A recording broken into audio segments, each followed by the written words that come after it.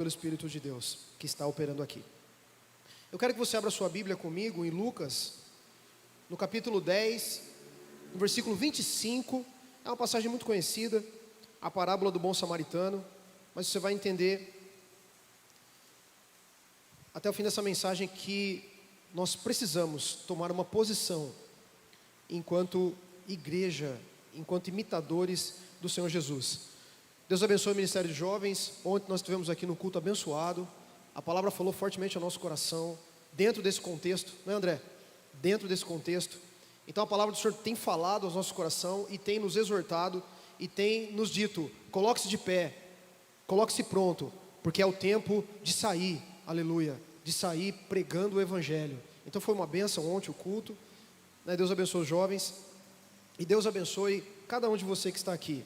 Eu quero já dar um aviso, antes nós lermos a palavra do Senhor.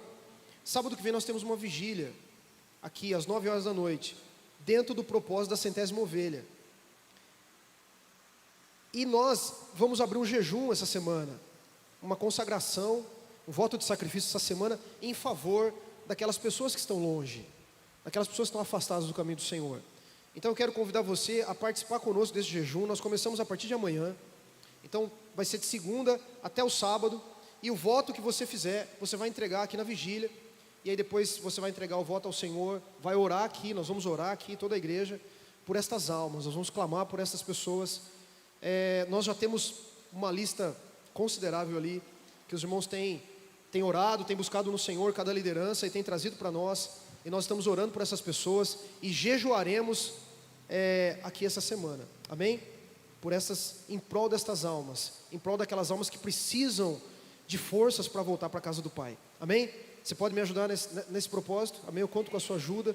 Eu estou dizendo mas nós, né, a igreja, nós estamos nesse propósito juntos, amém? Porque o objetivo o que é? O objetivo é que aquelas pessoas que estão sofrendo longe da casa do Pai, que estão lá, né, espiritualmente falando, se alimentando das bolotas dos porcos, espiritualmente falando. Às vezes a pessoa está numa condição social boa, aparentemente está numa condição material boa, mas espiritualmente ela está caída, está sofrendo a opressão do diabo.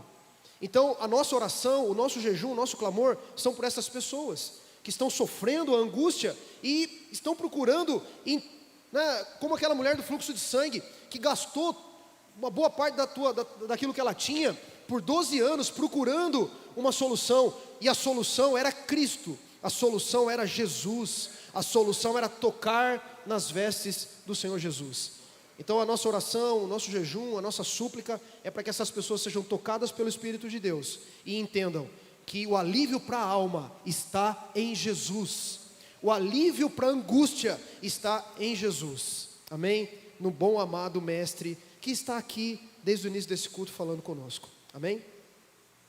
Então Lucas capítulo 10, versículo 25, eu vou ali no telão para nós lermos juntos, né, a mesma tradução. E eis que se levantou um certo doutor da lei, tentando e dizendo: Mestre, que farei para herdar a vida eterna? E ele disse: que está escrito na lei? Como lês? E respondendo ele disse: amarás ao Senhor teu Deus de todo o teu coração, e de toda a tua alma, e de todas as tuas forças, e de todo o teu entendimento, e ao teu próximo como a ti mesmo. E disse-lhe Jesus: respondeste bem, faze isto e viverás. Ele, porém, querendo justificar-se a si mesmo, disse a Jesus: e quem é o meu próximo? E respondendo Jesus disse: descia um homem de Jerusalém para Jericó, e caiu nas mãos dos salteadores, os quais o despojaram, e espancando se retiraram, deixando-o meio morto. E ocasionalmente descia pelo mesmo caminho certo sacerdote, e vendo, passou de largo. E de igual modo também um levita, chegando àquele lugar, e vendo, passou de largo. Mas certo samaritano, viajando, veio até ele, e vendo, foi movido de íntima compaixão, e aproximando-se, atou-lhe as feridas, deitando-lhes azeite e vinho, e pondo-o sobre o seu animal, levou-o para uma estalagem, e cuidou dele. E partindo no outro dia, tirou 2 dinheiros, e deu-os ao hospedeiro, e disse-lhe: cuida dele, e tudo o que demais gastares, eu te pagarei quando voltar. Qual, pois, desses 3 te parece que foi o próximo daquele que caiu nas mãos dos salteadores? Até aqui, amém? Feche seus olhos por um instante. Pai eterno de misericórdia, muito obrigado, ó Deus, porque o Senhor está, ó Deus, desde o início desse culto falando no nosso coração. Eu te agradeço pelos louvores, te agradeço, ó Deus, pela tua presença aqui nesse lugar, te agradeço por cada oração, te agradeço por cada irmão, por cada irmã que está aqui, e te agradeço, ó Deus, por esse momento, ó Deus, onde nós sentimos a suavidade da tua presença, do teu Espírito, falando, ó Deus, no íntimo do nosso ser, no íntimo da nossa alma. Espírito Santo, que o Senhor tenha plena liberdade para falar ao meu coração, ó Deus, que o Senhor possa trazer a minha mente cativa, a nossa mente cativa, Senhor, a tua palavra, e que a tua palavra, que é viva e eficaz, possa servir de alimento para a nossa alma, e mais uma vez, nós possamos sair daqui, ó Deus, edificados, exortados, consolados, ó Deus, pela tua unção, pela tua palavra, pelo teu poder, como o Senhor sempre tem feito. Essa é a nossa oração, em nome de Jesus, amém? O pastor Natalino sempre nos dizia que quando a igreja está assim, né, quando você sente essa suavidade assim, é porque a igreja quer ouvir e o Espírito Santo tem liberdade para falar no nosso meio, amém? Eu quero chamar a sua atenção para uma parábola bem conhecida, mas antes eu quero introduzir o contexto do porquê que nós lemos essa parábola e porquê que eu pedi para o Ministério de Louvor cantar essa canção. Eu quero que você entenda que nós somos imitadores de Jesus. O nosso objetivo é nos espelharmos em Jesus, ou, colocando de melhor forma, o nosso objetivo é fazer com que a nossa vida reflita o caráter de Cristo. Haja a palavra do Senhor que nos fala, né, a respeito do fruto do Espírito. Nós, enquanto estávamos longe do Senhor, em nós operavam as obras da carne, que era toda sorte de impureza, de apetite desenfreado, iras, pelejas, discussões, e avareza, idolatria. Essa é a obra da carne. Então, enquanto estávamos longe do Senhor, o que era refletido em nós era pura e simplesmente a natureza da carne, era pura e simplesmente os desejos da nossa natureza. Nós estávamos aí andando no mundo debaixo único exclusivamente dos nossos desejos. Nós nos movíamos pelos desejos, pela concupiscência dos olhos e pelo desejo da carne. Era assim que nós andávamos antes. É assim o homem que anda distante do Senhor. Mas quando nós, ouvindo a palavra do Senhor e dando crédito à pregação e deixando o Espírito Santo operar em nós e aceitando o convite do Espírito e o convencimento que Ele fez em nós de que precisávamos da graça de Deus, porque da forma que nós estávamos era certa a condenação e nós caminhávamos a passos largos para o inferno, dando crédito à pregação, aceitando Jesus, deixando o Espírito Santo trabalhar em nós. Agora em nós já não opera ou não deve operar a natureza pecaminosa, mas em nós agora o que deve aparecer, o que deve frutificar é o fruto do Espírito. E o fruto do Espírito vai nos falar de paz, de longanimidade, de temperança, vai nos falar de gozo, da alegria da salvação, vai nos falar do ágape, do amor, da caridade, e vai nos falar também de domínio próprio. E assim agora nós estamos caminhando. Não caminhamos mais segundo os homens e os desejos desse mundo, mas agora lutamos todos os dias para refletir e para mostrar em nós o fruto do Espírito. E o fruto do Espírito em mim e em você, o principal objetivo é mostrar o caráter de Cristo, para que as pessoas, ao olharem para nós, para que as pessoas, ao andarem conosco, já não vejam aqueles apetites desenfreados, mas possam olhar em nós e ver o reflexo da glória de Deus, porque agora nós somos novas criaturas. E o que o apóstolo Paulo fala é muito forte e ecoa, aleluia, nos nossos ouvidos: quem agora está com Cristo, nova criatura é, as coisas velhas passaram, tudo se fez novo. É assim que nós caminhamos, procurando refletir para as pessoas o caráter de Cristo. Logo então eu posso deduzir, sem sombra de dúvida, que se eu preciso refletir o caráter de Cristo, eu preciso refletir a compaixão de Cristo, eu preciso refletir a preocupação de Cristo com os perdidos, Porque, aleluia, o Filho do Homem veio para buscar e salvar aqueles que se haviam perdido. Então, se eu entendo pela palavra do Senhor, que agora eu não estou caminhando mais segundo o que o mundo caminha, eu não estou caminhando mais segundo os prazeres do mundo, mas eu estou agora lutando contra a minha natureza, para mostrar, aleluia, o fruto do Espírito, que leva a refletir o caráter de Cristo. Então em mim deve existir a compaixão e o desejo constante, aleluia, de buscar, aleluia, aqueles que estão perdidos, para que eles também encontrem salvação, libertação, aleluia, paz, aleluia, aleluia, e o gozo, aleluia, da esperança da vida eterna. É o nosso papel, igreja. Nós temos que lutar dia após dia, porque se nós acompanhamos o breve ministério de Cristo, depois de ser batizado por João, e o Espírito Santo descer sobre ele, e se manifestar como uma pomba, e a voz do céu, dizendo assim: esse é meu filho amado, em quem me comprazo. A Bíblia fala que Jesus, impelido pelo Espírito, vai até o deserto, passa, né? Nós ouvimos a palavra do Senhor aqui na quinta-feira, nos falando isso. Se você está passando pelo deserto, Deus tem um propósito nisso, mas Deus vai cuidar de você, e lá na frente, aleluia, a tua luta também vai servir para glorificar o nome do Senhor. A palavra que falou para nós na quinta-feira pelo evangelista Fischer, glória a Deus. E Jesus foi até o deserto, e voltando, ele começa o seu ministério. Ele chama os primeiros discípulos, e ele começa, aleluia, a andar e pregar a palavra, e anunciar as boas novas do reino. E se ajuntam as multidões, nós sabemos. Mas em determinados momentos, a palavra de Deus é bem clara em dizer que Jesus movia-se de íntima compaixão por aquelas pessoas pecadoras ou necessitadas que se aproximavam dele. Foi assim com o Zaqueu. O povo não gostava muito de Zaqueu, cobrador de impostos. Aí o pastor Amarildo nos trouxe uma palavra aqui alguns dias atrás, né? Um encontro que deu certo, um encontro que realmente produziu uma mudança.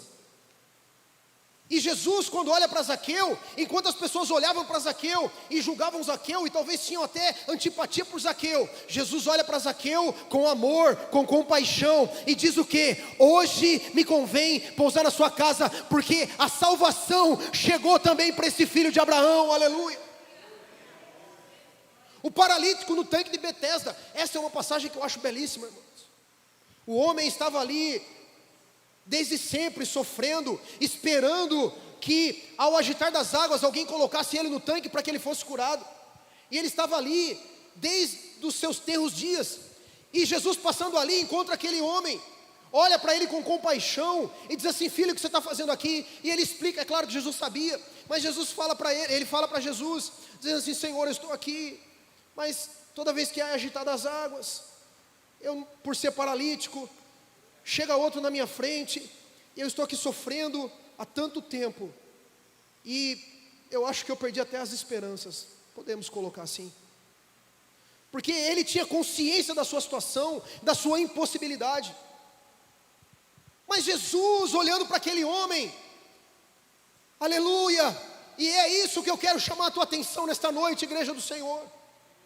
Olhando para aquele homem, ele disse: filho, toma a tua cama, levanta e anda, aleluia, aleluia. E ele saiu, aleluia, pegou a sua cama e saiu glorificando ao Senhor. Por quê? Porque Jesus, aleluia, o Filho do Homem, veio para buscar e salvar aqueles que estavam perdidos. Este é o objetivo, aleluia. E se nós estamos aqui como discípulos, refletindo, aleluia, a glória do Senhor, o nosso objetivo não pode ser menos do que isso: buscar, aleluia, e levar a salvação àqueles que estão perdidos.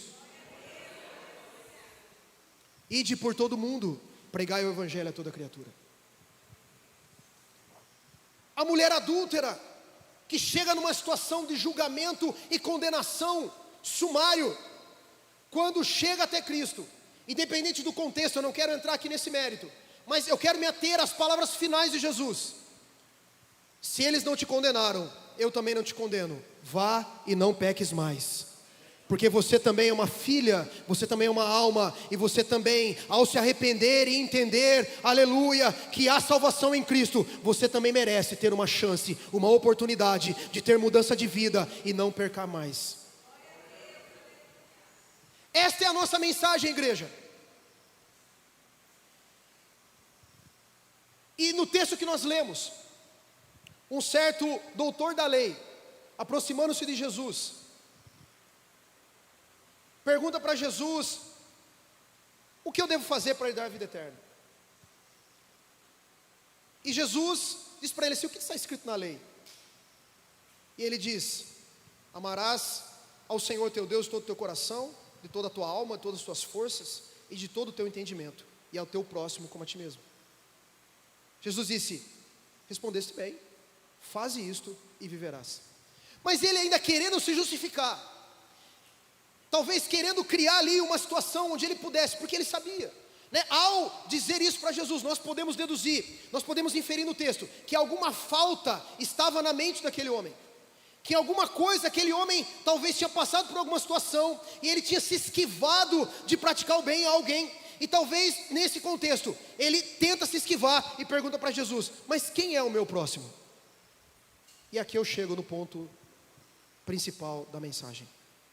Jesus começa então a contar uma parábola que é muito conhecida, dizendo que um certo homem, saindo de Jerusalém, descia para Jericó, e de repente os salteadores o pegaram de surpresa, o roubaram, o espancaram e o deixaram meio morto. Descia por aquele mesmo caminho um sacerdote, vendo aquele homem, passou de largo. Descia também por aquele mesmo caminho um levita, vendo aquele homem, passou de largo. Eu também não quero me ater aqui aos desdobramentos que esses versículos nos dariam, só aqui nós já teríamos assunto para discorrer por um bom tempo, mas eu quero acelerar um pouquinho, eu quero ir no objetivo principal, porque de repente desce também por aquele caminho um samaritano, desce por aquele caminho um homem que para os judeus era menor do que deveria ser, desce por aquele caminho um homem que historicamente ele era desconsiderado pelos judeus. E Jesus, sendo mestre por excelência, ele toca na ferida talvez daquele doutor da lei. O exemplo perfeito, porque ele era um doutor da lei, certamente nós podemos imaginar que talvez ele fosse um fariseu, ou talvez um saduceu, ou talvez algum dos sacerdotes. A Bíblia não revela, mas fala que ele era um doutor da lei, e com certeza judeu, né? Porque a Bíblia não apresentaria um doutor da lei se dirigindo a Jesus se não fosse um judeu. E Jesus sendo mestre por excelência, eu quero que você entenda, Jesus é mestre por excelência, e aquilo que ele tem para te ensinar, ele sabe a melhor forma de te ensinar. Aleluia. Ainda que pela provação, mas se é a prova que você precisa passar para aprender, Jesus é mestre, aleluia, para te ensinar aquilo que você precisa para continuar caminhando, aleluia, na direção dele. E Jesus sendo mestre por excelência, ele vai no ponto. Descia também o samaritano, e vendo o samaritano aquele homem, moveu-se de compaixão por ele. Pegou aquele homem, talvez empoeirado, talvez sujo, talvez as feridas cheias de terra, porque a Bíblia fala, a narrativa fala, a parábola fala que os salteadores o deixaram meio morto, e aquele homem começa a limpar as feridas. O samaritano começa a limpar as feridas daquele homem, e deita azeite naquelas feridas, e começa a cuidar daquele homem. Talvez se abaixa para ver se aquele homem estava respirando, se preocupa para ver se de repente não tinha algum membro quebrado, alguma coisa, e ele pega aquele homem, levanta aquele homem, faz um esforço para colocar aquele homem sobre a sua cavalgadura e leva até uma estalagem próxima. E se não bastasse isso, ele diz para o dono da estalagem: cuida dele para mim, e eu vou embora, vou deixar aqui um dinheiro para você continuar cuidando dele, e ainda se depois disso tiver alguma despesa, quando eu voltar, eu pagarei para você. E Jesus pergunta para aquele doutor da lei: quem foi o próximo daquele homem? Eu acredito que passou-se ali um silêncio, mas a mensagem foi dada, o exemplo perfeito. E hoje, pastor, você está falando, talvez está falando assim: pastor, mas o que nós temos com a parábola do samaritano nesta noite? E aí eu chego no ponto final, E caminho para o encerramento, eu digo para você, o Espírito Santo te trouxe aqui nesta noite, para dizer para você assim, está na hora de você se levantar, está na hora de você refletir a minha compaixão e o meu amor pelas almas, está na hora de você pregar o meu evangelho para todas as pessoas que você tiver oportunidade, está na hora de você se importar mais, está na hora de você se colocar no lugar com empatia, está na hora de você ser igreja e praticar o amor, praticar ágape, as boas obras, está na hora, aleluia. Andaraba sheteria ramanashai, andaraba nashoteria manashemanai, andarai amanashoteria manashai. Aleluia. Os dias são maus e eu vou usar uma expressão, vou chover no molhado. Se eu falar para você que as pessoas estão sofrendo, nunca se procurou tantos psicólogos e tantos psiquiatras como se tem procurado nos nossos dias. É claro, eu entendo, nós somos perfeitamente coerentes naquilo que falamos. Se você tem um problema, procure o médico, procure o psiquiatra, o psicólogo que estão aí como médico. Mas muitas coisas nós sabemos que existem raízes, aleluia, que são espirituais, raízes que provêm da opressão, porque o diabo não tem brincado de ser diabo e ele tem oprimido cada dia mais sistematicamente, a começar pelas crianças. Nunca o ensino ou nunca os órgãos que são responsáveis pela educação, nunca se trouxe tantas questões fora do âmbito simplesmente da álgebra, da aritmética ou das matérias simples do conhecimento humano.